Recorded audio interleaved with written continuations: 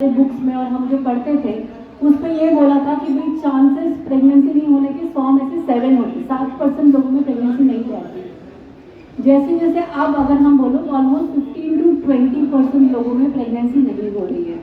तो इसका क्या कारण है? मेनली मेजरली अगर हम बोले, फर्स्ट ऑफ ऑल हस्बैंड और वाइफ दोनों में प्रॉब्लम हो सकती है। फर्स्ट मेन मैं अपील ये करूँगी लोगों से कि भाई सिर्फ वाइफ को ना भेजिए। अगर आप किसी इन्फर्टिलिटी स्पेशलिस्ट या गायनेकोलॉजिस्ट के पास जा रहे हैं तो हस्बैंड भी साथ जाए, बिकॉज 50% हस्बैंड में प्रॉब्लम हो सकती है, 50% फीमेल में प्रॉब्लम हो सकती है। सेकेंडली उसके बाद मैं कहूँगी कि इन्फर्टिलिटी बढ़ क्यों रहा है, प्रेगनेंसी क्यों नहीं हो रही है। First and foremost reason is हमारा लाइफस्टाइल। जो आप देख रहे हो कि हम आजकल जो लाइफस्टाइल हो गया वो बहुत बदल गया है। हमारा खाना पीना बहुत बदल गया है। मोस्टली हमारा diet is junk food mostly बहुत हो रहा है, अभी भी हम वही खा रहे हैं। उसके अलावा वेट गेन, ओबेसिटी बहुत बढ़ गई है।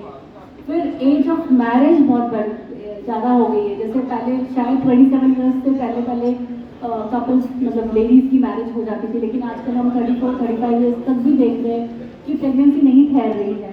बिकॉज क्या है, लेडीज़ में बायोलॉजिकल क्लॉक 35 के बाद प्रॉब्लम एज मतलब शुरू हो जाती है, बायोलॉजिकल क्लॉक टिकिंग शुरू हो जाती है, जिसका मतलब कि धीरे धीरे एग्स कम होना शुरू होते हैं, क्वालिटी ऑफ एग्स कम होना शुरू होती है। मेल्स में वो थोड़ा सा लेट शुरू होती है वो चीज़ें। तो ये एक वो रीज़न है। Secondly stress.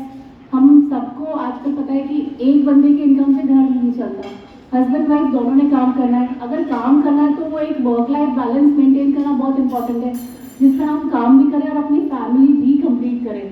बिकॉज अगर हम काम के चक्कर में सोचते कि चलो हम जब सेटल हो जाएंगे हस्बैंड वाइफ और तब हम बेबी प्लान करेंगे, लेकिन तब तक हम शायद लेट हो चुके होते हैं और फिर प्रेगनेंसी नहीं ठहरती।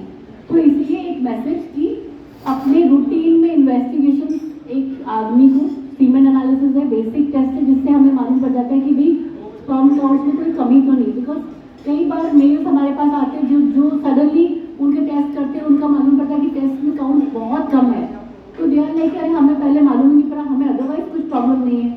तो वो तभी पता पड़ेगा जब हम रेगुलर बेसिस पे टेस्ट करवाएंगे। और दूसरी चीज़ है, फीमेल्स में सिर्फ एक अल्ट्रासाउंड और एक AMH करके टेस्ट है, जो अगर दो ये चीज़ें किया जाए, AMH is a blood test और अल्ट्रासाउंड सिंपल, जिससे हमें मालूम पड़ जाता है कि एग की क्वालिटी कैसी है, कुछ प्रॉब्लम तो नहीं हो रहा, क्वांटिटी में तो नहीं कोई प्रॉब्लम आ रही। तो ये दो बेसिक टेस्ट जरूर करना चाहिए। अच्छा, दूसरी इन्फर्टिलिटी बढ़ रही इसीलिए नहीं, because of all these reason. अब रही बात क्या सारे इन्फर्टिलिटी वाले पेशेंट्स को IVF की जरूरत पड़ती है? नहीं।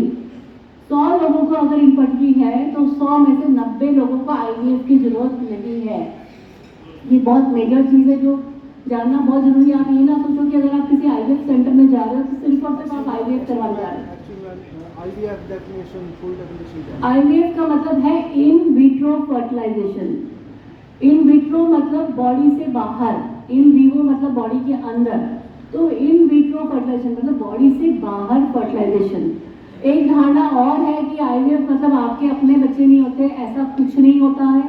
बहुत एडवांस टेस्टिंग, बहुत एडवांस लेवल की लेबलिंग और बहुत एडवांस लेवल की हम लोग विटनेसिंग सिस्टम करते हैं, जिससे हस्बैंड और वाइफ आपके अपने बेबी है। मतलब वो एक आई थिंक एक मूवी भी आई थी जो नॉर्मली कभी ऐसा होता नहीं है, जो good news I think so that it doesn't happen that way, ऐसा होता नहीं है। तो इसमें बहुत एडवांस लेवल की विटनेसिंग और सब कुछ होता है। तो IVF इज आपका अपना बेबी और 100 में से सिर्फ 10 को IVF की जरूरत पड़ती है। इनफैक्ट हमारे पास, हमारे सेंटर में कई बार आपने देखा है कि हमने आपके पास भी पेशेंट हम भेजते हैं यहाँ पे करनाल में, तो पेशेंट का कई बार